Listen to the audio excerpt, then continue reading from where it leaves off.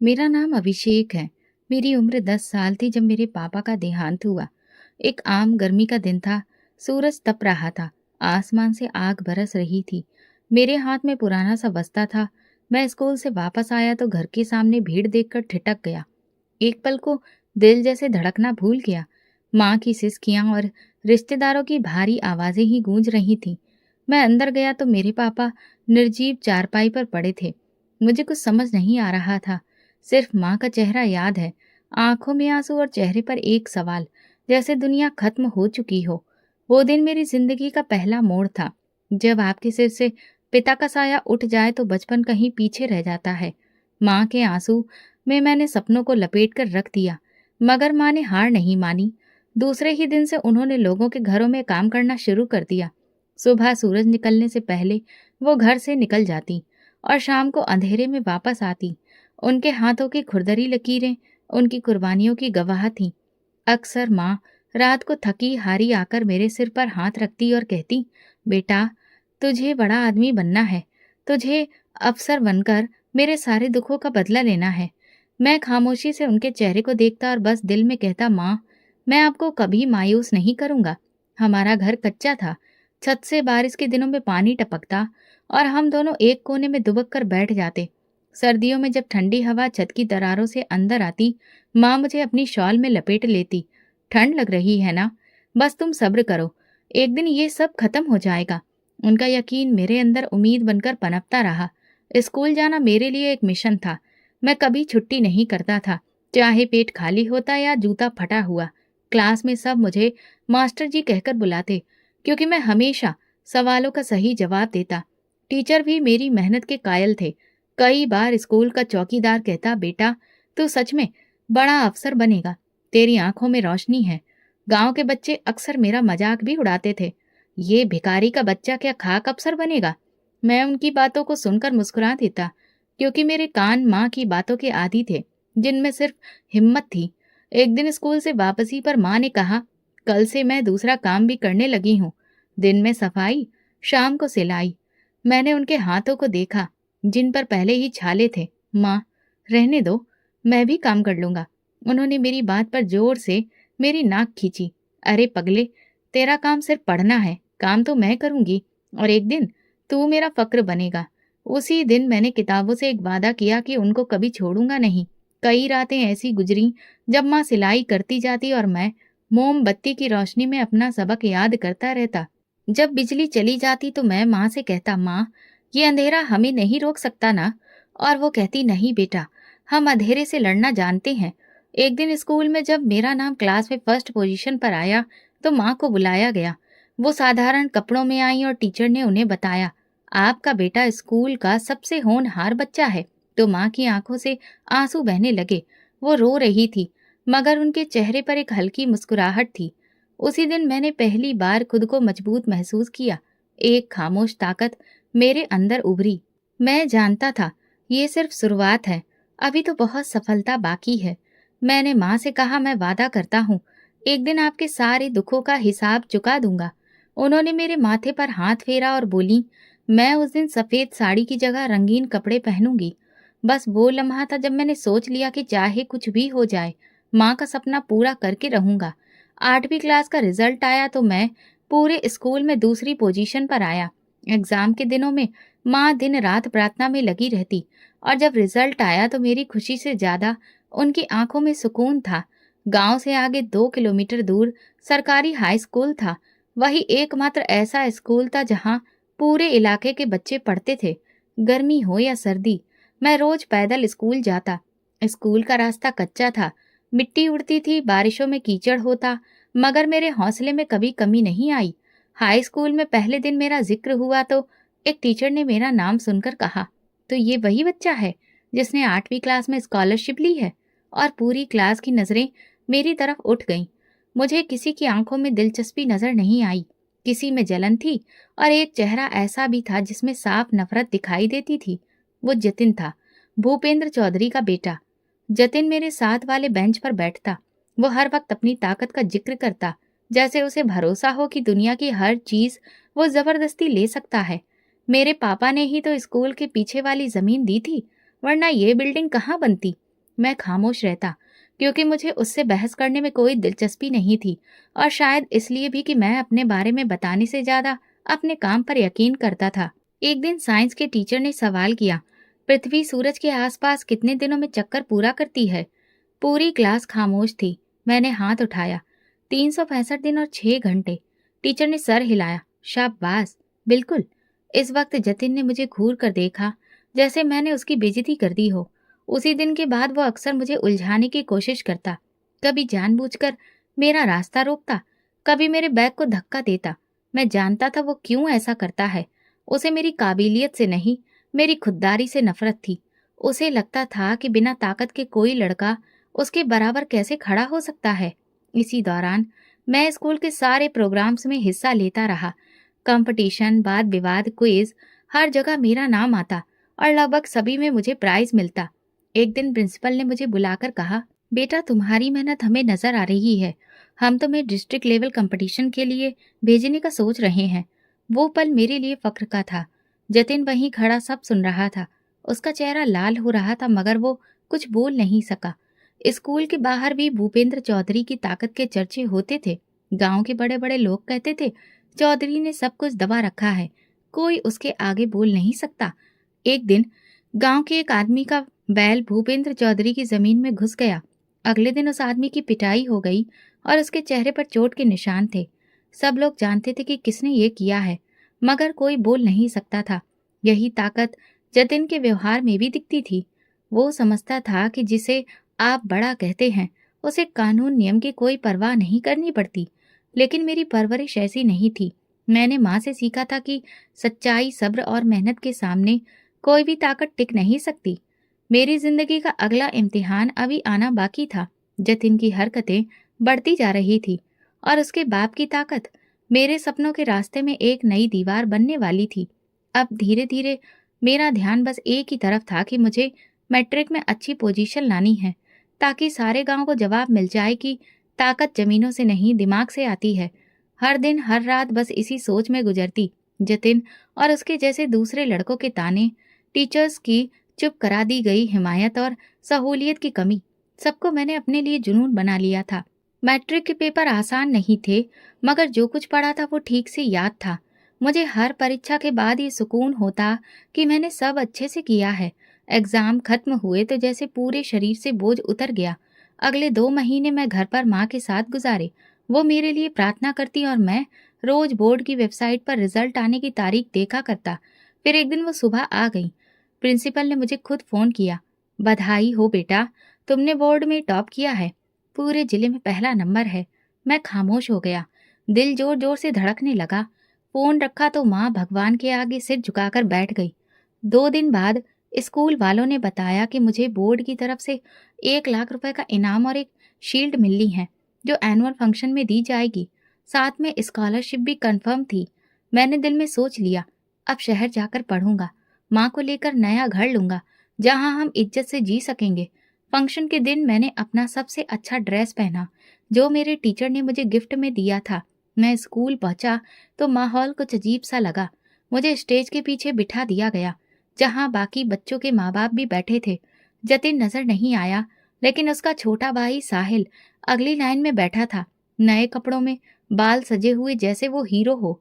Programme शुरू हुआ। Principal mic पर आए और बोले, इस साल हमारे स्कूल ने बहुत अच्छी परफॉर्मेंस दिखाई है। मैं सोच रहा था कि अब मेरा नाम आएगा और मुझे स्टेज पर बुलाया जाएगा, लेकिन अगली बात सुनकर जैसे पैरों तले से जमीन खिसक गई। हमारे होनहार स्टूडेंट साहिल चौधरी ने स्कूल का नाम रोशन किया है और बोर्ड की तरफ से 1 लाख का इनाम और शील्ड हासिल की है। तालियां बजने लगी। जतिन और उसके बाप भूपेंद्र चौधरी स्टेज के पास मौजूद थे और साहिल को ट्रॉफी देते वक्त प्रिंसिपल ने कहा, ये हमारे गांव की शान है। मेरे कानों में शोर गूंज रहा था। मैं खामोश बैठा रहा, जैसे कोई सपना टूटा हो।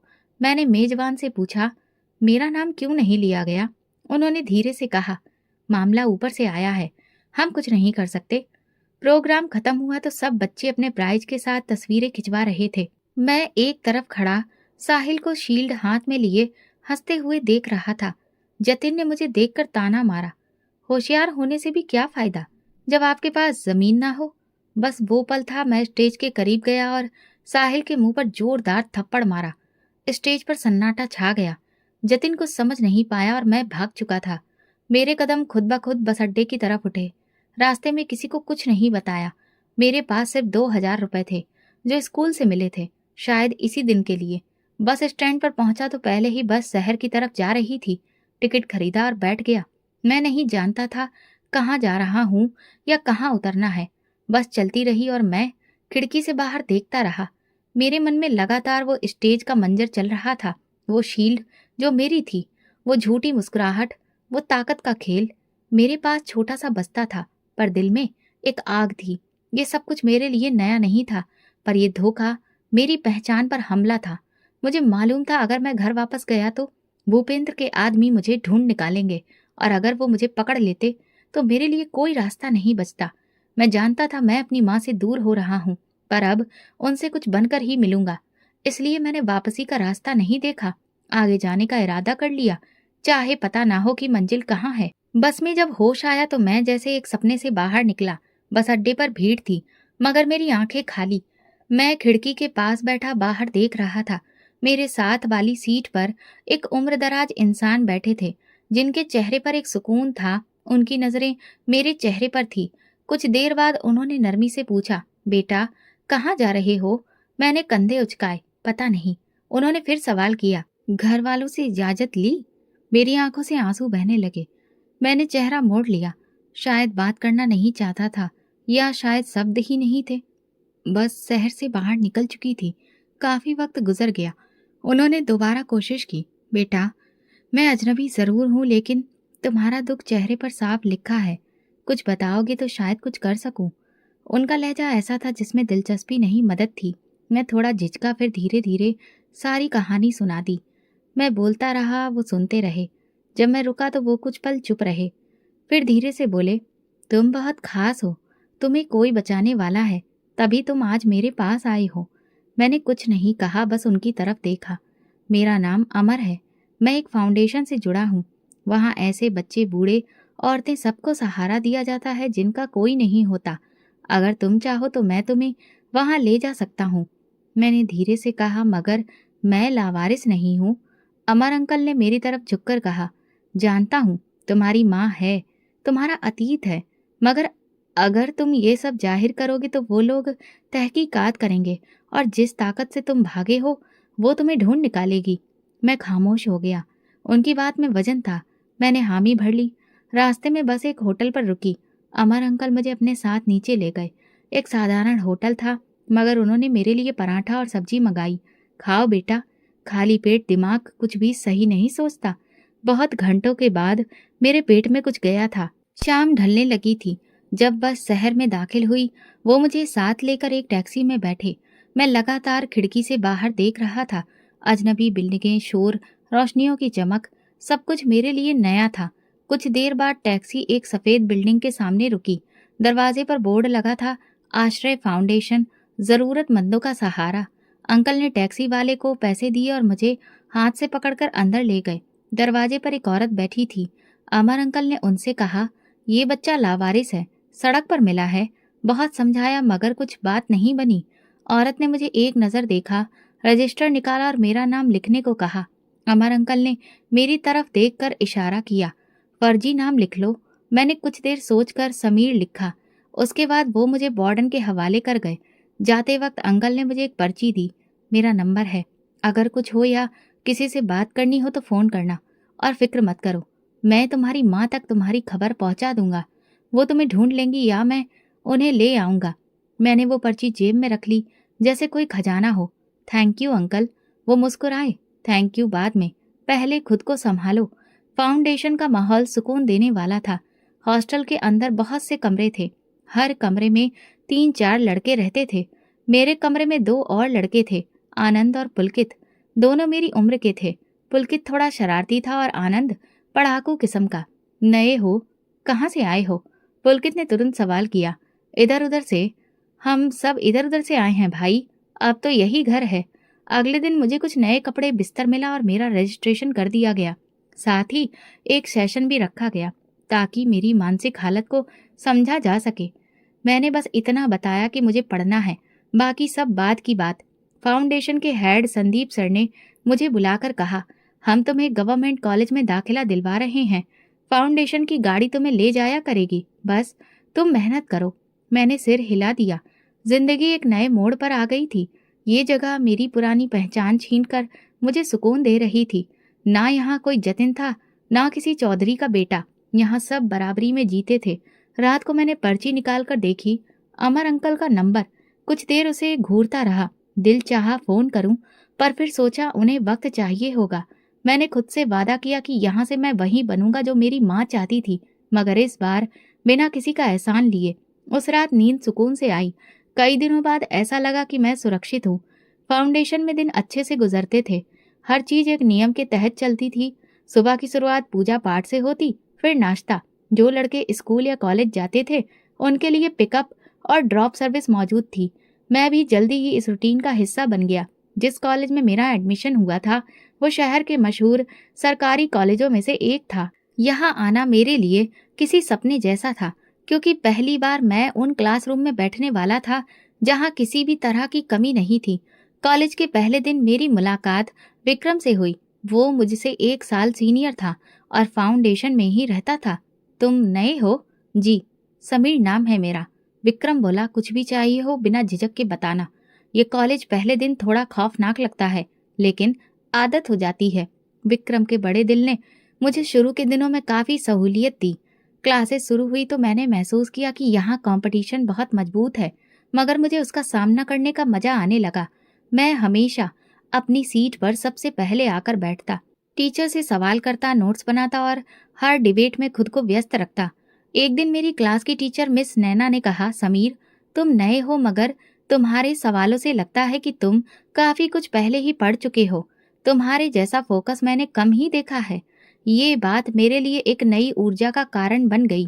मैंने खुद से कहा, यहाँ भी वही नियम चलेंगे, मेहनत, खामोशी और खुददारी। फाउंडेशन में शाम के वक्त स्पोर्ट्स का समय होता था। सब लड़के ग्राउंड में आकर फुटबॉल या क्रिकेट खेलते थे। पहले दिन मैं कोने में बैठकर सबको देखता रहा।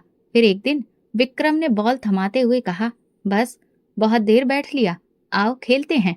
यहाँ से पढ़ाई दिमाग तक जाती है, थोड़ा सांस लेना भी सीखो।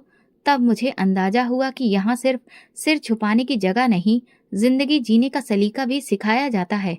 पुलकित जो मेरे साथ कमरे में रहता था वो अक्सर मजाक करता, यार तुम कोई स्टूडेंट नहीं, कोई खुफिया रोबोट लगते हो, हर वक्त पढ़ाई पढ़ाई। मैंने हंसकर कहा, बस तुम खेल में अच्छे हो और मैं किताबों में। जिंदगी में किसी न किसी मैदान में तो अच्छा होना चाहिए ना। 1 महीने बाद ही मैंने अपनी क्लास में अपनी काबिलियत दिखानी शुरू कर दी थी। धीरे धीरे मैंने सबको पीछे छोड़ दिया। कॉलेज के दोस्तों ने मुझे प्राइवेट स्टडी ग्रुप में शामिल किया, जहां हम महत्वपूर्ण नोट्स पर चर्चा करते थे। इस डिस्कशन सेशन में मैंने पहली बार बोलने का फैसला किया। मेरा नाम समीर है, मैं यहाँ पिछले 1 महीने से हूँ। मैं बस ये कहना चाहता हूँ कि अगर किसी को लगे कि वो पीछे रह गया है तो याद रखो, आगे निकलने के लिए रेस शुरू करना जरूरी है। बाकी वक्त खुद फैसला करेगा कि कौन जीतेगा। सबने तालियां बजाईं। संदीप सर ने मेरे कंधे पर हाथ रखकर कहा, समीर, तुम सिर्फ यहाँ के बच्चों के लिए नहीं, बाहर की दुनिया के लिए भी मिसाल बन सकते हो। इस बात ने मेरे अंदर और हौसला भर दिया। अब ये दुनिया मेरी थी और मैं खुद को उसका हिस्सा महसूस करने लगा था। मैं रात को देर तक लाइब्रेरी में बैठा पढ़ता रहता।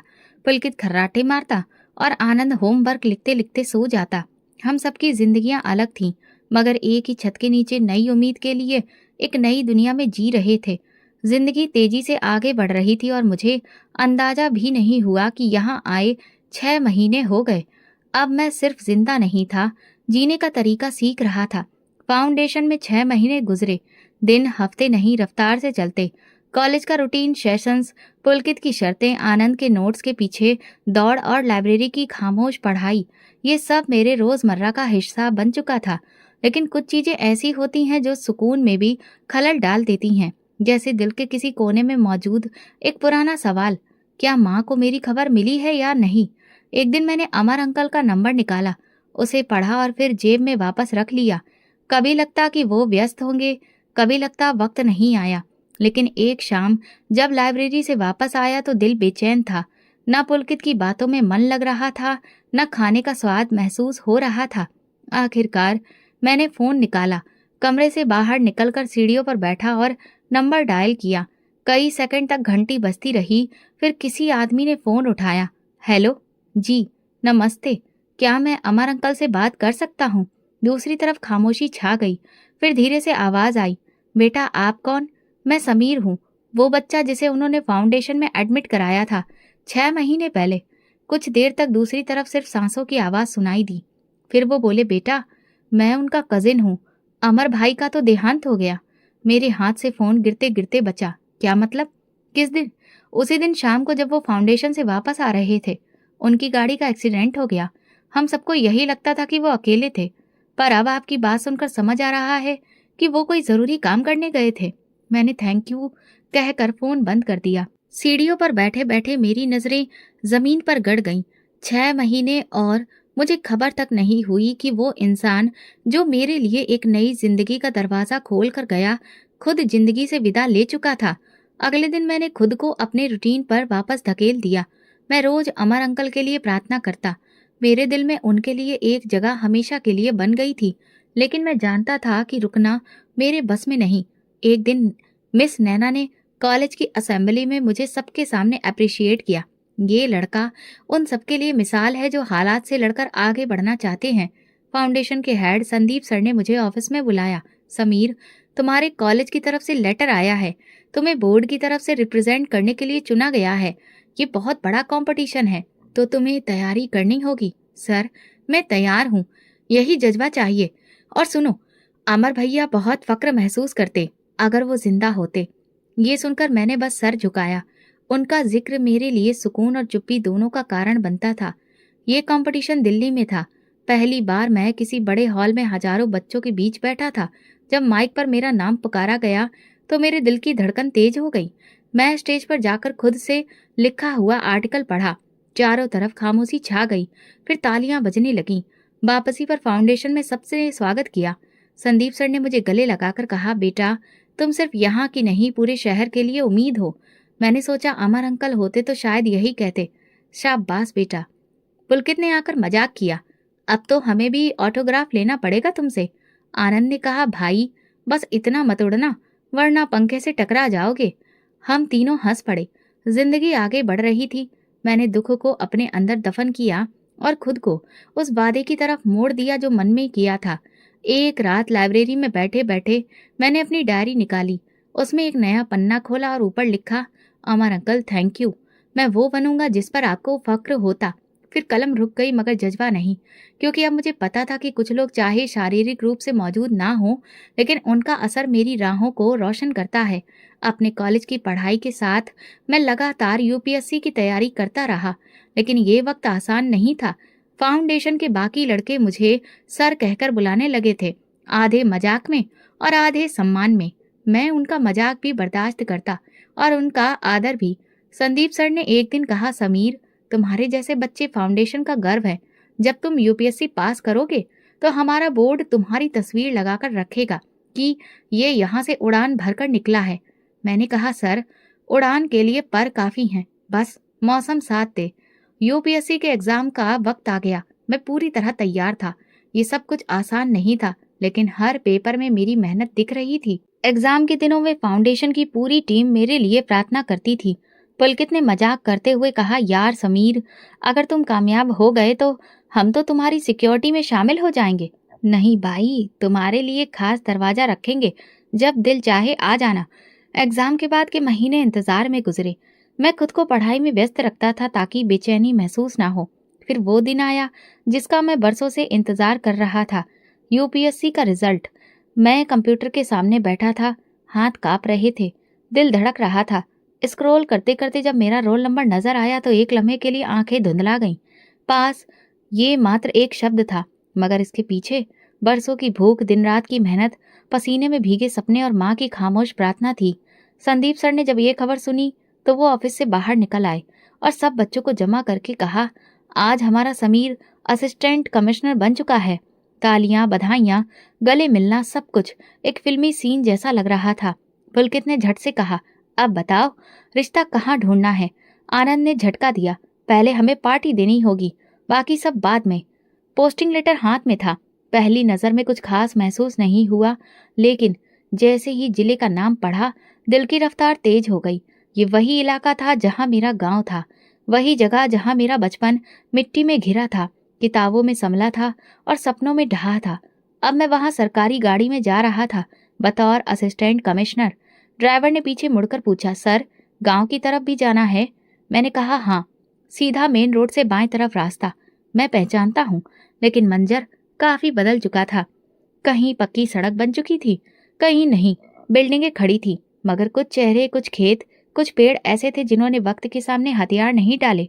गाड़ी जब मेरे पुराने घर के पास पहुंची तो मैंने रुकने को कहा। उतरकर जमीन पर नजर डाली। वो कच्चा सा घर अब मिट्टी का ढेर बन चुका था। दीवारों की गिरी हुई ईंटों की साख बाकी थी, जैसे कोई खामोश गवाही दे रही हो कि यहाँ कभी किसी ने जीना सीखा था। मैं कुछ लम्हे वहां खड़ा रहा। हवा बिल्कुल खामोश थी। फिर एक बूढ़ी औरत वहां से गुजरी। मैंने नमस्ते किया। अम्मा जी, क्या आप जानती हैं यहाँ कभी कौन रहता था? उन्होंने ध्यान से मेरी तरफ देखा। ये वो घर है जिसमें वो औरत और उसका बेटा रहते थे। उसका बच्चा बहुत लायक था। फिर वो किसी दिन अचानक गायब हो गया और कुछ दिन बाद उसकी माँ को चौधरी के आदमी उठाकर ले गए। मेरे अंदर कुछ टूटने लगा। मैंने सवाल किया, क्या किसी को पता है कि वो कहाँ गई? नहीं बेटा, किसी ने कुछ ना पूछा। सब डरते थे भूपेंद्र चौधरी के आदमियों से। कौन लगता? मैंने धन्यवाद कहा। वापस गाड़ी में आकर बैठा और कहा, सीधा ऑफिस चलो। ऑफिस में आकर मैंने सारे पुलिस और रेवेन्यू रिकॉर्ड निकलवाए, खास तौर पर उन दिनों के जब मैं गांव छोड़कर गया था। मगर माँ के बारे में कोई भी तहरीर, शिकायत या फिर कोई जानकारी मौजूद नहीं थी। चौधरी का नाम कई जगहों पर जरूर था, जमीनों के झगड़ों में, कर्ज के मामलों में, मगर माँ का जिक्र कहीं नहीं मिला। मैंने एक काबिल इंस्पेक्टर को बुलाकर कहा, भूपेंद्र चौधरी और उसके बेटों पर नजर रखो। उनके आदमी कहाँ कहाँ क्या क्या कर रहे हैं, सब कुछ रिपोर्ट करो, लेकिन खुफिया तरीके से। 2 दिन बाद मैंने गांव का दौरा किया। तमाम यूनियन काउंसिल को बुलाया गया था। स्कूल, अस्पताल, थाने का मुआयना हुआ। लोग हैरान थे कि एक असिस्टेंट कमिश्नर उनके गांव का ही पुराना रहने वाला निकलेगा। प्रोग्राम रखा गया था। उसके बाद एक बुजुर्ग मेरे पास आए, बेटा तुम वही हो ना जिसे सब कहते थे कि बोर्ड में पोजीशन लेने वाला बच्चा है? हाँ बाबा जी, वही हूँ। माँ का कुछ पता चला? मैं चुप हो गया। बाबा जी ने मेरा हाथ थाम लिया। वो बड़ी हिम्मत वाली औरत थी। सब कहते थे कि एक दिन उसका बेटा बड़ा आदमी बनेगा। तू बन गया बेटा, अब उसे ढूंढ भी निकाल। वो बात जैसे मेरे सीने पर लिख दी गई।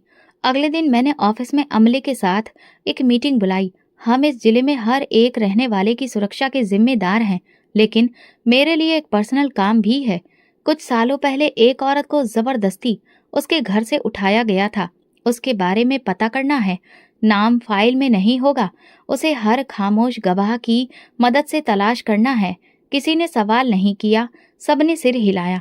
मेरे लिए ये सिर्फ एक माँ की तलाश नहीं थी, ये कानून की परीक्षा थी जिसके भीतर रहकर मैं इंसाफ दिलाना चाहता था।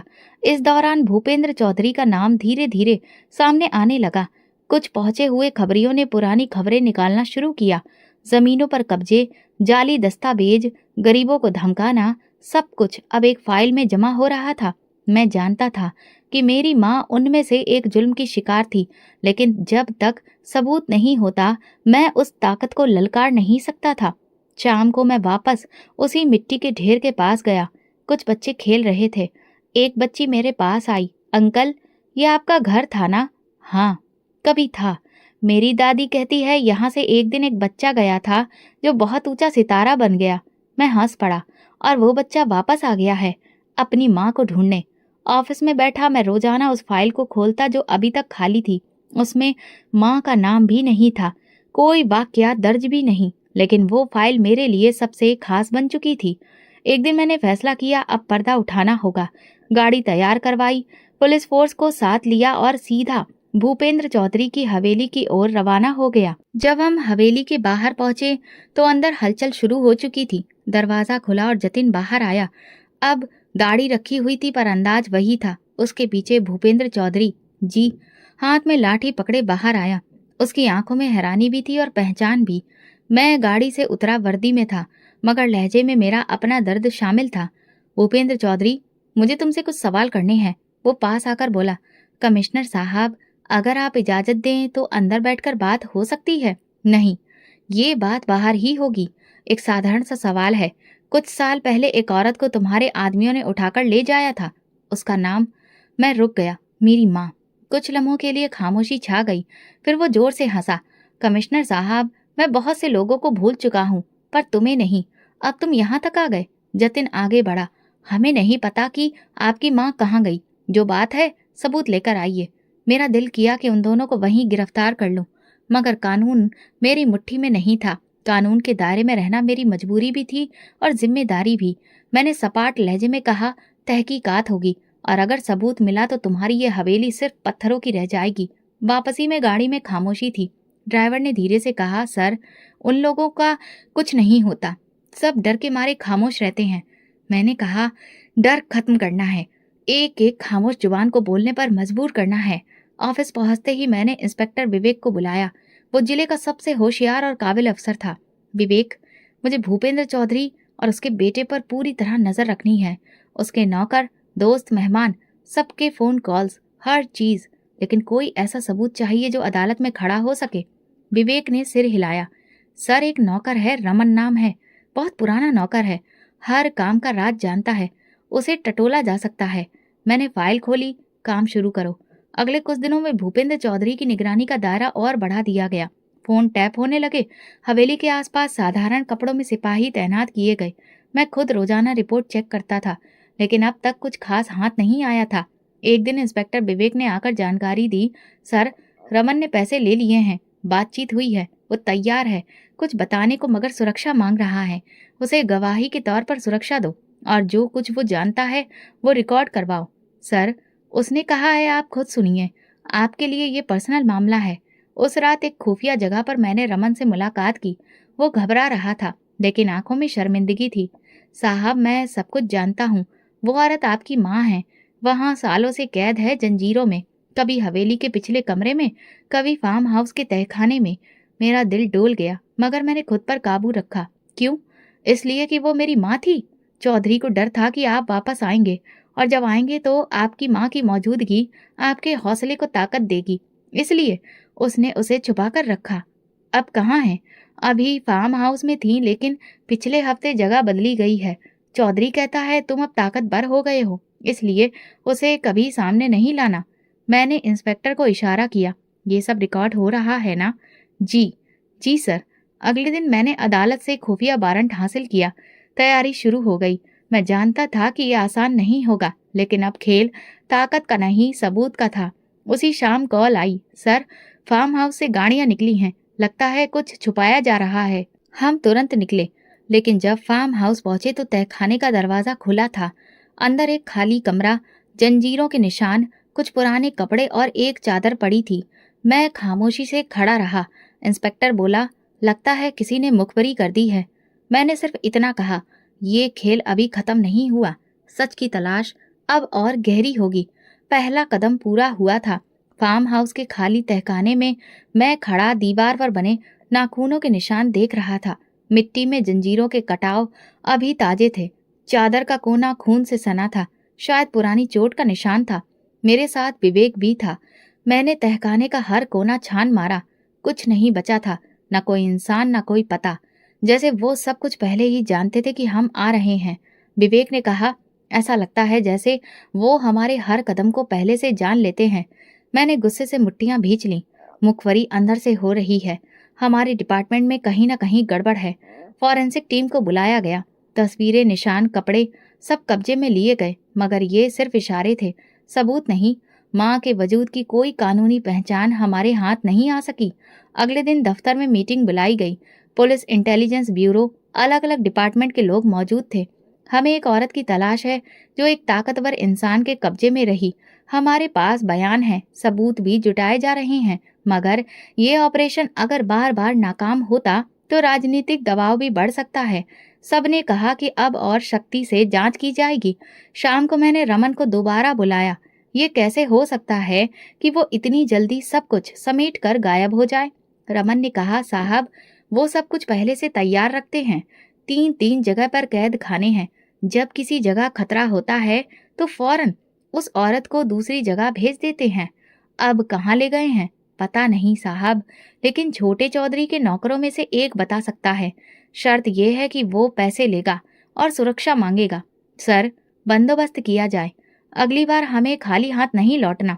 मैंने अगले दिन मीडिया से बात की, लेकिन किसी भी खबर में माँ का जिक्र नहीं होता था। सिर्फ ये कि जिले के इंतजाम और लोगों की सुरक्षा के लिए ये सारी कार्रवाई की जा रही है। इससे ज्यादा कहना कानूनी तौर पर ठीक नहीं था। कई दिन गुजर गए, माँ का कोई सुराग नहीं मिला। फार्म हाउस पर दोबारा छापे के लिए अदालत से इजाजत ली, लेकिन भूपेंद्र चौधरी ने पहले ही नया स्टे ऑर्डर हासिल कर लिया। वो खुलकर खेलने लगा था। इलाके के 2 लोगों को धमकियां दी गई। एक वकील जिसने हमारे लिए पूरा ड्राफ्ट तैयार किया था, उस पर झूठा मुकदमा दर्ज कर दिया गया। ऑफिस में बैठा मैं पुरानी फाइलें देख रहा था जब इंस्पेक्टर विवेक अंदर आया। सर, जो बंदा रमन ने बताया था वो मिल गया है। उसका नाम अजय है। वो पहले हवेली के पीछे काम करता था। कहाँ है? नीचे बैठा है, डरा हुआ है। ऊपर भेजो। अजय अंदर आया, कपड़े मिट्टी से सने, नजर नीचे, आवाज कपकपाती। साहब, मैं खुद देखता था उस औरत को। पिछले महीने फार्म हाउस के पीछे गाड़ी में डाला गया था।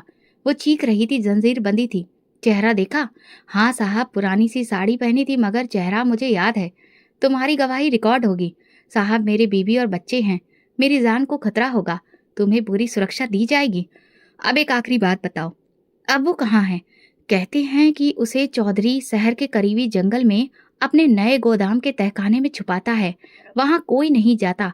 वो जगह बिल्कुल खुफिया है। पक्का? जी, मेरा एक साथी वहां काम करता है।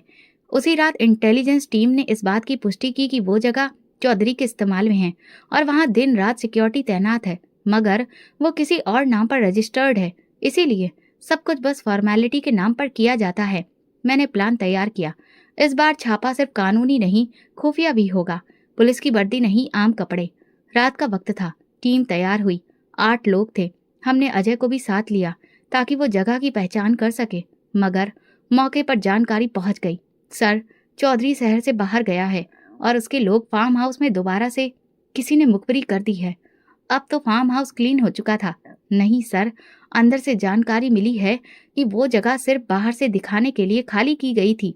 नीचे एक और खुफिया कमरा मौजूद है। ये सुनकर मेरा खून खौलने लगा। आज रात वहीं जाएंगे और इस बार जमीन खोद कर रख देंगे, लेकिन खाली हाथ वापस नहीं आएंगे। इस बार दिल में एक फैसला था और गुस्सा भी। जुल्म का पर्दा अब हटने वाला था। अब वो ज्यादा देर पर्दे में नहीं रह सकता। मैं जंगल के पास फार्म हाउस की खुद निगरानी कर रहा था। हफ्तों की मेहनत के बावजूद कोई खास कामयाबी नहीं मिली। कई छापे मारे, कई जगह देखी, लेकिन हर बार या तो खाली कमरे मिलते या ऐसे सबूत जो कानूनी तौर पर कमजोर थे। मैं दिन रात ऑफिस में मीटिंग और इंटेलिजेंस रिपोर्ट्स के पीछे लगा हुआ था, लेकिन नतीजा बेकार था। दिल में सवाल था, आखिर कब तक? एक दिन दोपहर के वक्त मेरे ऑफिस में एक सादा सा लिफाफा आया जिस पर सिर्फ एक लाइन लिखी थी, ये खत उस इंसाफ की पहली सीढ़ी है जो बरसों से कैद है। लिफाफा खोला, अंदर एक खत और एक छोटा सा मेमोरी कार्ड था। उसे पढ़ने से लग रहा था कि इसे किसी पढ़ी लिखी लड़की ने लिखा है। कमिश्नर साहब, मैं अपना नाम नहीं बता सकती क्योंकि अभी भी मैं कैद हूँ, मगर जो हवेली में मेरे साथ हुआ उसकी कहानी बताना मेरा फर्ज है। मुझे भूपेंद्र चौधरी ने अपने बेटे जतिन के जरिए मोहब्बत में फंसाकर हवेली में बुलाया।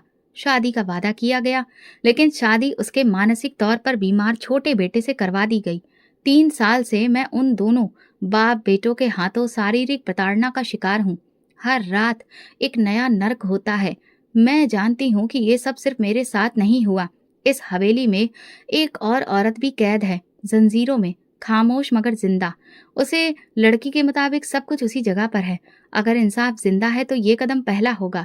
मेहरबानी करके देर मत करिए, मुझे बचा लीजिए। मैंने तुरंत मेमोरी कार्ड लैपटॉप में लगाया।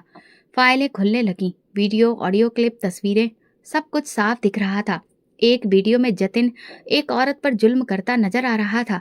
दूसरी वीडियो में भूपेंद्र चौधरी किसी नौजवान लड़की को धमका रहा था।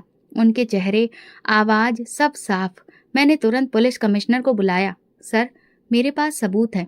हवेली में जबरदस्ती शादी, गैर कानूनी कैद और जुल्म, सबके पक्के सबूत हैं। कमिश्नर ने फाइल और वीडियो देखी और तुरंत कहा, मैं तुम्हें छापा मारने का हुक्म दे रहा हूँ। इस बार कोई बचना नहीं चाहिए। अगले दिन सुबह 5:30 बजे टीम तैयार हुई। छापे का वक्त आया। हवेली के चारों तरफ से फोर्सेज ने घेराव किया। दरवाजा तोड़ने के बाद सबसे पहले अंदरूनी कमरों की तलाशी शुरू हुई। जतिन उस वक्त एक कमरे में एक लड़की के साथ मौजूद था। नशे में धुत लड़की की हालत बहुत बुरी थी। जतिन को तुरंत गिरफ्तार किया गया। वो विरोध करता रहा मगर गिरफ्तारी हुई। दूसरे कमरे में भूपेंद्र चौधरी मौजूद था, सोफे पर बैठा, जैसे उसे पहले से सब पता हो। मेरे वकील को कॉल करो, ये सब सियासत है। मैंने उसकी तरफ देखा और सिर्फ इतना कहा, ये सियासत नहीं, इंसाफ है। भूपेंद्र चौधरी और जतिन दोनों को हथकड़ियां लगा दी गईं। हवेली की पूरी तरह से तलाशी शुरू हुई। स्टोर रूम के पीछे एक छोटा दरवाजा मिला जिसका ताला लगा था। दरवाजा तोड़ा गया। नीचे सीढ़ियां थीं। तहखाना अंधेरे में डूबा था, लेकिन टॉर्च की रोशनी में दीवारों पर निशान थे, जंजीरों के खरोंच और कुछ पुराने कपड़े। एक तरफ एक औरत हल्की बेहोशी की हालत में बैठी थी, चेहरा कमजोर, आंखों के नीचे गहरे गड्ढे, मगर चेहरा जाना पहचाना। मैं आगे बढ़ा। उन्होंने आंखें खोलने की कोशिश की, लेकिन पहचान नहीं पा रही थी। लेडी पुलिस ने उन्हें तुरंत उठाया और एम्बुलेंस में लिटाया गया। मैं बाहर निकला तो मीडिया जमा हो चुकी थी। कमरे माइक से गूंज रहे थे, सवालों की बौछार। सर, क्या ये वही केस है जिस पर आप कई दिन से काम कर रहे थे? जी, और ये सिर्फ शुरुआत है, पुलिस ने बयान जारी किया। हमारे एक बहुत जरूरी ऑपरेशन के तहत भूपेन चौधरी और उसके बेटे को हिरासत में लिया गया है। हवेली से एक लड़की को भी बरामद किया गया है, जहां से और भी कई कैदियों के निशान मिले हैं। शाम को मैं अस्पताल गया माँ को देखने। वो अभी भी खामोश थी, याददाश्त वापस नहीं आई थी, लेकिन वो जिंदा थी। मैंने उनका हाथ पकड़ा, मन ही मन कहा, अब आपको कोई कैद नहीं रख सकता। इस समय मुझे लगा कि ये वही पहली रोशनी है जिसका मैं बरसों से इंतजार कर रहा था। अस्पताल के वार्ड नंबर 7 की खिड़की से सुबह की रोशनी अंदर आ रही थी। माँ बेड पर चुपचाप लेटी थी। उनकी आंखें खुली थी, लेकिन किसी एक जगह जमीन पर टिक गई थी, जैसे सामने की दुनिया से उनका कोई रिश्ता ही ना हो।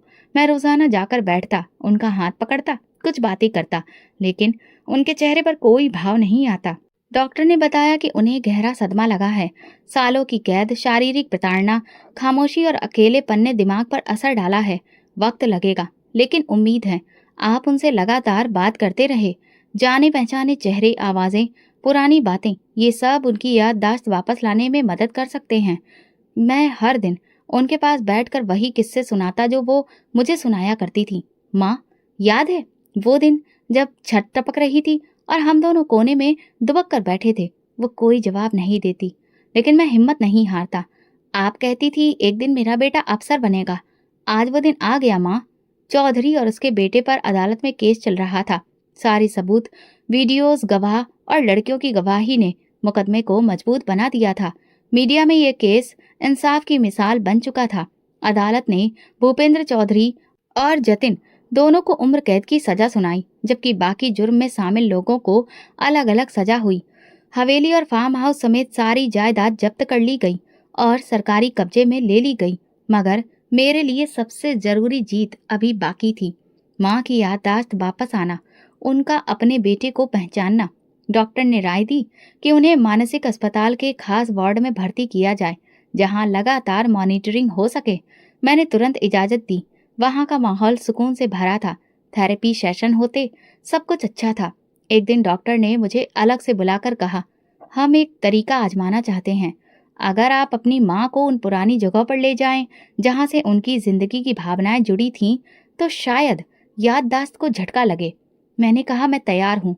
अगले हफ्ते माँ को गाड़ी में साथ लेकर निकला। वो चुपचाप थी, आंखें खिड़की से बाहर देख रही थी। मैं गाड़ी उस मिट्टी के ढेर के पास रोक दी जहां हमारा पुराना कच्चा घर था। माँ, देखिए, ये वही जगह है जहां आपने मेरे लिए दिन रात काम किया था। ये वही छत थी जिसके नीचे हम बारिश से बचते थे। मैंने वो पुराना रूमाल निकाला जो मैंने उनके लिए पहली बार खरीदा था, बरसों से जिसे संभाल कर रखा था। याद है, मैंने ये स्कूल की स्कॉलरशिप से आपके लिए खरीदा था। अचानक उनके हाथों में जकड़न हुई, आंखों में नमी तैरने लगी, होंठ हौले से हिले। बेटा, मैंने चौंक कर उनकी तरफ झुका। माँ, आपने मुझे पहचाना? उन्होंने मेरा चेहरा थाम कर कहा, तू मेरा अभिषेक है ना? मेरे शब्द नहीं निकले। मैंने उनके माथे को अपने माथे से लगाया। हाँ माँ, मैं ही हूँ, आपका अभिषेक। अस्पताल वापस आकर उनका इलाज जारी रहा, लेकिन अब वो खामोश खाली आंखों वाली औरत नहीं थी। वो बातें करती थी, मुझे याद करती थी और हर दिन आशीर्वाद देती थी। हफ्तों बाद उनकी सेहत काफी अच्छी हो चुकी थी। मैंने उन्हें फाउंडेशन ले जाकर वहां के बच्चों से मिलवाया। ये सब मेरे छोटे भाइयों की तरह है माँ। जैसे आपने मुझे संभाला, अब मैं इन सब की मदद करता हूँ। माँ ने कहा, तुमने वो सब कर दिखाया जो मैंने सोचा भी नहीं था। तुम मेरी उम्मीद नहीं, मेरी जीत हो अभिषेक। मैं उनके कदमों के पास बैठकर बोला, अब हमें कहीं और चलना है। आपके अपने घर में जो मैंने शहर में आपके लिए लिया है, वहां ना कोई चौधरी है, ना कोई खौफ, सिर्फ सुकून है। मेरी पोस्टिंग शहर में हो गई थी। सरकारी क्वार्टर की बजाय मैंने एक साधारण घर लिया, जिसमें माँ की पसंद का आंगन, एक छोटा सा गार्डन और किचन के साथ वही पुरानी लकड़ी की चौकी भी बनवाई थी, जिस पर वो बैठकर सब्जी चुना करती थी। रात के वक्त माँ छत पर बैठ जाती थी, मैं साथ में चाय लेकर आता। वो सितारे गिनती और कभी कभी कहती, जब मैंने कहा था तू अफसर बनेगा तो सब हंसते थे, अब देख सबके बेटे मेरे बेटे को देखते हैं। मैंने मुस्कुराकर जवाब दिया, माँ, ये सब आपके सपनों की बदौलत ही मुमकिन हुआ। ये वो पल था जब मुझे लगा कि मेरी कहानी पूरी हो गई है। वो लड़का जो बस में बैठकर रोता हुआ कहीं पहुंचा था, अब अपनी माँ के सीने से लगा सुकून से सांस ले रहा था। दुनिया की हर कामयाबी मेरे लिए इतनी मायने नहीं रखती थी। असली जीत यही थी कि मेरी माँ मुझे वापस मिल गई थी और मैं उनके साथ सुकून से रह रहा था। तो दोस्तों, अगर आपको हमारी कहानी पसंद आई हो तो कमेंट करके ज़रूर बताएं। वीडियो को लाइक करें और ज़्यादा से ज़्यादा शेयर करें। अगर आप इस चैनल पर नए हैं तो सब्सक्राइब जरूर करें और नोटिफिकेशन बेल को दबाएं, ताकि अगली अपडेट सबसे पहले आपको मिले। धन्यवाद।